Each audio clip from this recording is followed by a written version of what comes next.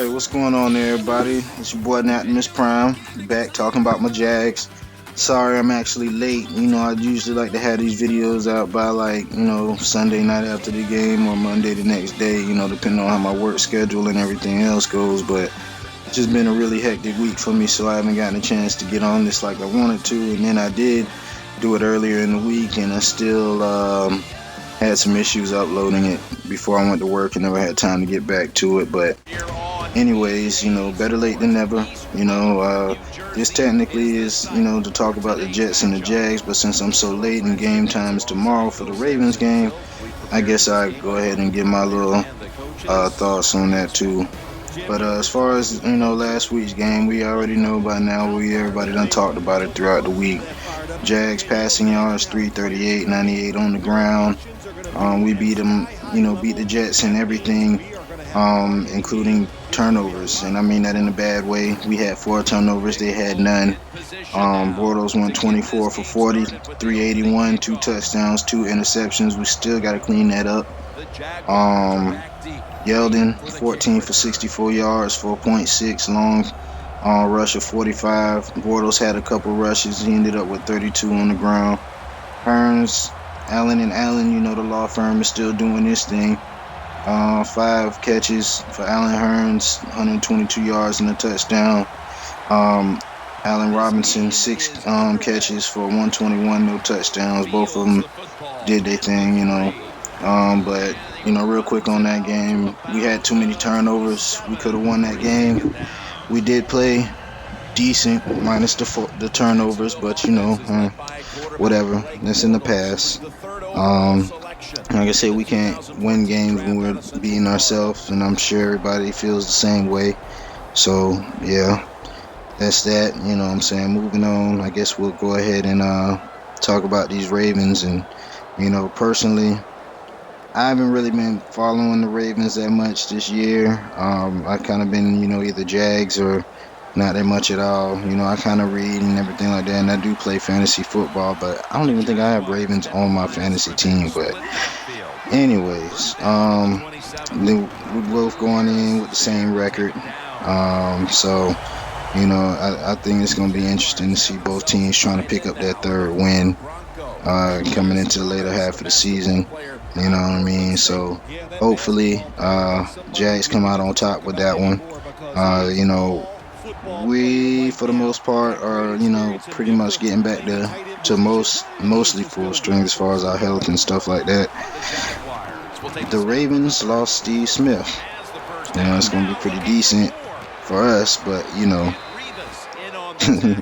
it's any given Sunday, somebody else could turn up and step in his place. So, but as long as I think we do the Ravens like we did the Jets as far as the run game, you know what I mean? Stop the run. I think we held them to like I said, we held them to like 29 yards rushing, and most of that was your boy. I think he had like 23 carries for like 26 yards or something like that. But anyway, as long as we do that, we should be fine. And as long as we don't make any mistakes in coverages against, I guess you could say average receivers, you know what I mean, with the absence of Steve Smith. I'm not going to say average. Maybe, they are NFL players. But basically, as long as we, our cornerbacks don't give up any mistakes, which we are prone to do. We do have a young team, blah, blah, blah. But we are, it is, on record, we do make mistakes on coverages. So, as long as we do that, we should be fine. I mean, Justin Forsett's in the backfield for them. I think he's only got like 500 and some odd yards on the season. So, he's not really, in my opinion, he's not really a factor. But, we have been known to let people turn up on us in the run game too, even though we've been moderately solid in the run game. So hopefully we can go ahead and keep that from being an issue too. Just keep him in check and force, Flacco to throw the ball, and hopefully force some interceptions or get our pass rush going and keep him from throwing the ball, or force him to throw some picks or something good. Anyways, I will say, Mojo, you know what I mean, the great Maurice Jones-Drew, he picked us to win, pick up the win, on the NFL Network. Of course, I'm gonna pick us to win, but it is the Ravens. You know, Joe Flacco is known to pull that late in the game stuff where we pretty much are known to, kind of screw up late in the game. I hate to say, but we need to tighten up. I think as long as we play mistake-free football, in which, the times we have played mistake-free football, we've won. Either that or, come very close. I think we could, go ahead and get the win. But we really need to get on some sort of streak, here in the later half of the season. Because I mean, the AFC South is, it's pretty much open. I mean, everybody's kind of sucking it up right now, so it kind of gives us a little shot to make something happen. Hopefully that, with that said, the Jags can actually capitalize late in the season and at least, what I mean, be on top in the AFC South. I'm not gonna say, playoffs and all this stuff like that, but let's just be on the top of something. Shit. I don't know.